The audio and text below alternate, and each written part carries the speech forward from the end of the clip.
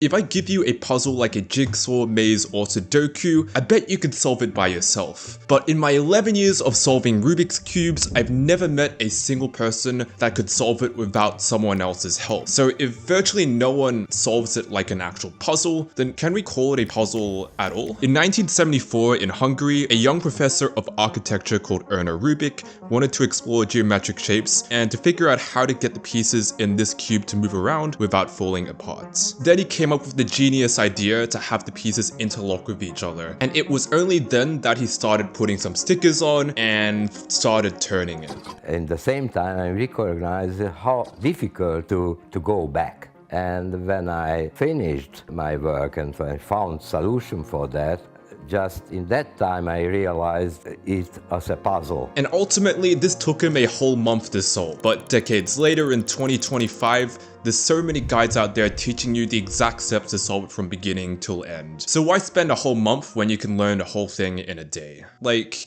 can you remember the first time you tried to solve a Rubik's Cube? Chances are you attempted one side and then gave up from there. But even though it looks solved, this is just an illusion. In fact, the goal is to solve not the 2D stickers, but the 3D pieces of the cube. And to treat the 2D stickers as a way to label which 3D piece goes where. But even though there are only 20 movable pieces, each turn affects not just one, but 8 pieces at a time, shuffling almost half of the whole cube.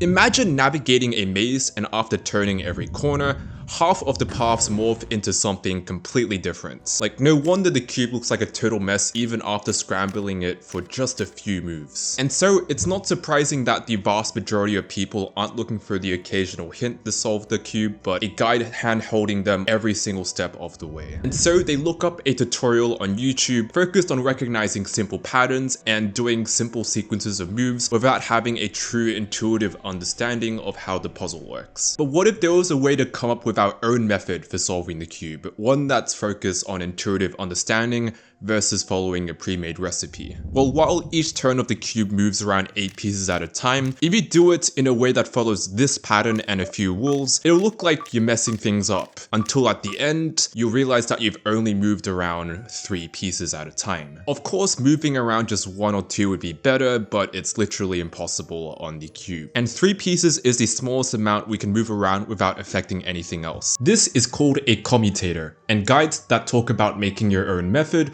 always seem to mention this idea.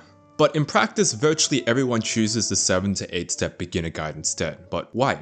Well, applying commutators as the main method requires tracking the locations of 3 pieces and changing the algorithm or sequence of moves you do each time based on where they are. Whereas even though the beginner's method may be a lot more inefficient and rely a lot more on rote memorization, its simplicity and repetitiveness makes it much more appealing and easier to absorb. But ironically, it's precisely because the cube is so difficult that no beginner tries solving it the way it's meant to be done, that it has therefore gone on to become the world's most famous and best-selling puzzle. And while I focus on solving it for the first time, which is what most people do, some people go beyond that, and that's where the true puzzle begins. One about how quickly can I solve this impossible thing? And through this process, I thought, hey, if I can solve this really difficult puzzle really quickly, then there must be a bunch of other cool and difficult things I can do with my life in other areas. And while I didn't treat it like a normal puzzle, it's definitely helped me with the greater puzzle of life and to break a few world records along the way, which is a story for another day for those that don't know.